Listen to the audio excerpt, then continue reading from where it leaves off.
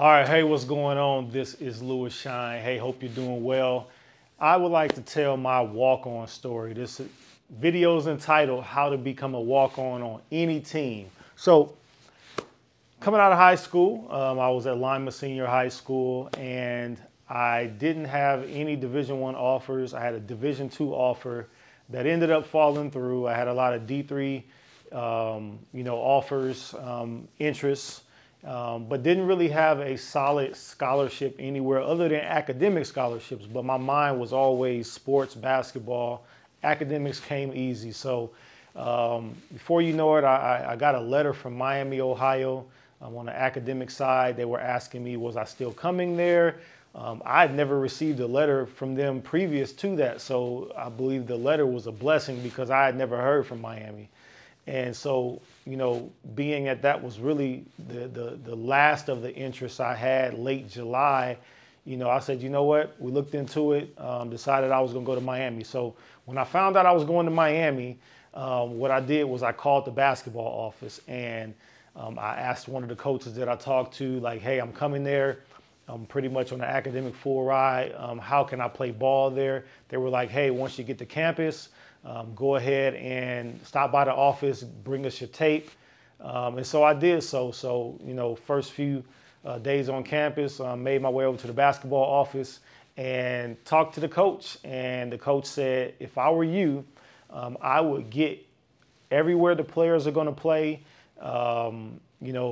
everywhere they're going to be, get around them, get to know them, start playing with them. And so I did that very thing. So I started inquiring about who the players are. And this is kind of a key. Like if you're looking to walk on, like when you get on campus, you have to be proactive. You can't just think that, oh, I'm just going to go and go to walk-on tryouts and I'm good to go. Today they call it like the preferred walk-on. So back in my day, it was just walk-on. So you had to go through walk-on tryouts. And so, I got around the players, started playing with them. I was holding my own. I got to know them. And so, of course, the season was creeping up and workouts and official team practices and things like that began to happen. And so I can remember the first time that there was an official team workout, and I knew about it because I was around the players and I knew of the time and everything. So I just went.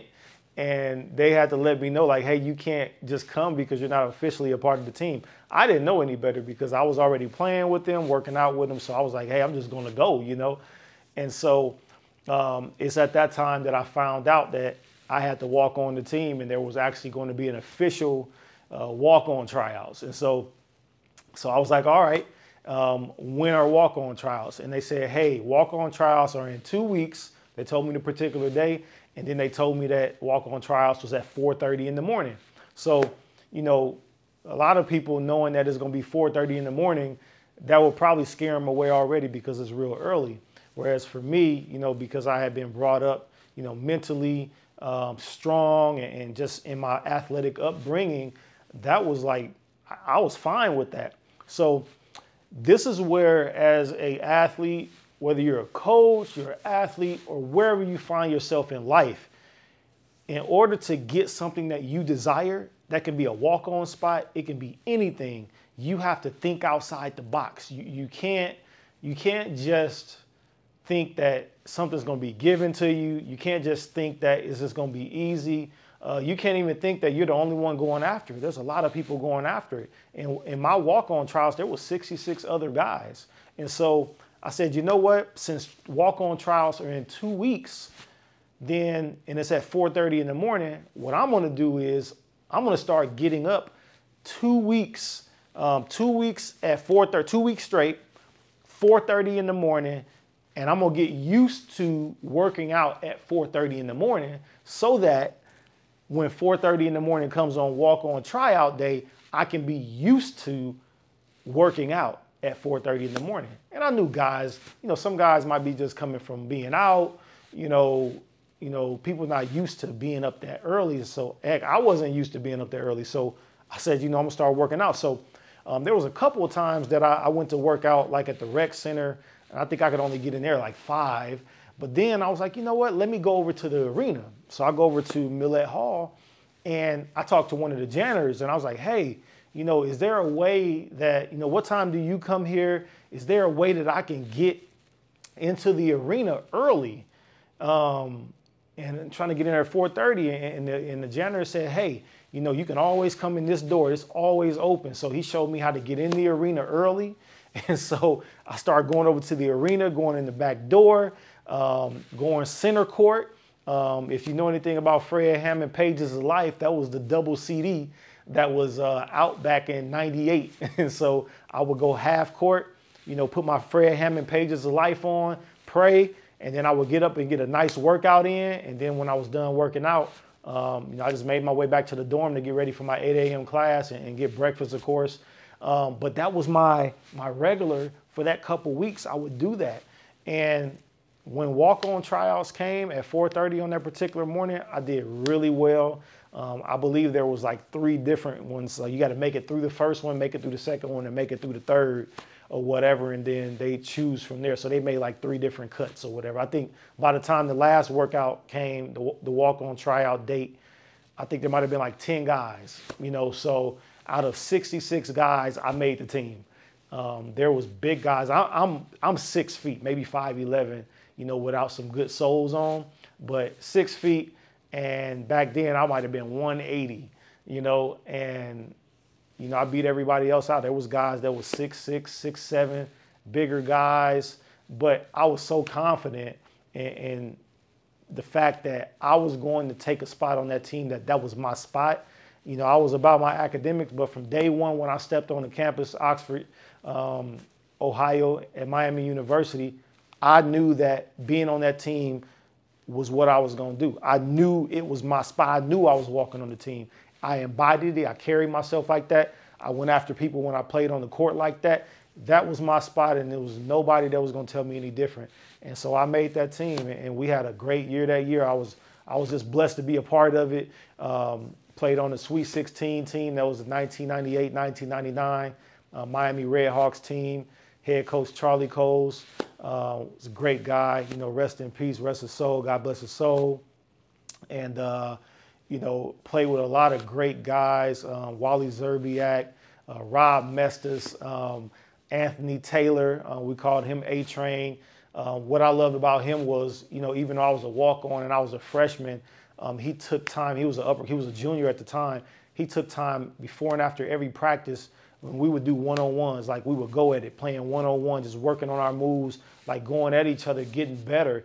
And that was one of probably the most memorable things that I took away from that time, and that meant a lot to me, that you had an upperclassman that was willing to help me get better and go at it together. And it just bettered my game. It increased my tenacity, and it just built me. So that was a lot of fun. So, but yeah, it was a great year. That year, the team went to the Sweet 16. So I was a part of a lot of great things and a lot of great memories. During that particular year as a freshman and as a walk-on at Miami, Ohio. So, and all that, if you're watching this, if you're a walk-on, if you're trying to walk on, if you are trying to get any type of position, whether it's in your career, something you're fighting for that you feel like, man, I got to really work hard to get it. Like, nobody's going to do it for you. Like, nobody came to me and was like, hey, we're just going to let you on this team. Like, it didn't happen like that. I had to work for it. I had to fight for it. I had to eat, and even after I did well in my third tryout workout, like, I still didn't make the team immediately. Like, there was like maybe a 2-week gap where they were still looking at, I guess, film or whatever they were trying to evaluate, because I would call and they say, hey, we haven't chosen yet. We haven't put the final list out. So I said, you know what, I'm going to take it a step further, because I believe I made this team, and I know I did well. I was dunking on cats. I was playing great defense, played a great point guard. My jump shot was falling. I did really well. And so, because I believe that this is my spot, I'm going to start doing what I would do if I was on the team. So I found out the practice times, and I started going to practices and sitting in the arena. And I would just sit maybe like 10, 15 seats up. And I can remember every time I was sitting there, Coach Coles would come walking in, and he would always kind of like survey the arena. He look around and he saw me, and he would walk up and he just look at me, and he'd just look at me and give me this look, and then he'd just walk on into practice and start practice. So it was so funny. But, you know, it was me letting them know I'm supposed to be a part of this team. So I'm going to start coming to practices, and however long it takes for me to stay here and come to every practice until you choose me to be on the team, that's what it's going to be. And I can remember the day I called, this was the last time I made a call to the basketball office. I was like, hey, coach, how you doing? I was just checking to see if you guys have determined your final, you know, the final list and who made the team. And I had called like almost every day. And sometimes I would skip a day because I felt like I was bugging them, but then I called the next day. And so I called and I said, coach, I was just checking, you know, have you chosen, you know, who's going to be a part of your team? And he's like, you made the team. And so he was like, man, you could come on over sometime today. You know, we'll get you set up, get you your locker, all that kind of stuff. So it was just such a great, it was a great feeling. It was probably one of the greatest accomplishments I can remember in terms of just my past, because I know it's greater things coming. But just when I look back on my career and something that I achieved, and that took hard work, that took tenacity, that took perseverance, because you can't give up. You got to follow up. You got to continue to press. You know, I could have just not called and just forgot about it. But I was like, no, this is my spot. And so I just love talking about that, because it was something that I know I went for and I worked really hard for, and it really happened. And so, you know, just encouragement for anybody out there, especially my walk-ons. You're trying to walk on, or maybe you have a basketball program in college and there's somebody trying to walk on, or maybe your son or daughter is trying to walk on. Show them this video, because I believe it can encourage them. Also, you know, I travel, I talk about my story. You know, I tell athletes my story. So if you're watching this and you would like me to come in and work with your program and talk to your athletes and encourage them, you know, I've been a D1 athlete. I've been a pro athlete. I was a professional basketball player, and I was a walk-on in college. So that's a whole story within itself, but that's why you can never give up. No matter where you start, it's not where you start, it's where you finish. And so you got to keep that tenacity going. So if you are a coach, athletic director, you're looking for someone to speak to your players and encourage them, I can definitely do that for you. So please reach out, lewisshine.com. You can go to the contact page and you can fill that out and request me to speak to your team, your program, your athletes. So I hope this encouraged you. If it did, please click the like button. Also subscribe, because I have many more encouraging videos coming forth to help you out wherever you are. So until next time, this is Lewis Shine. We'll talk to you in the next one.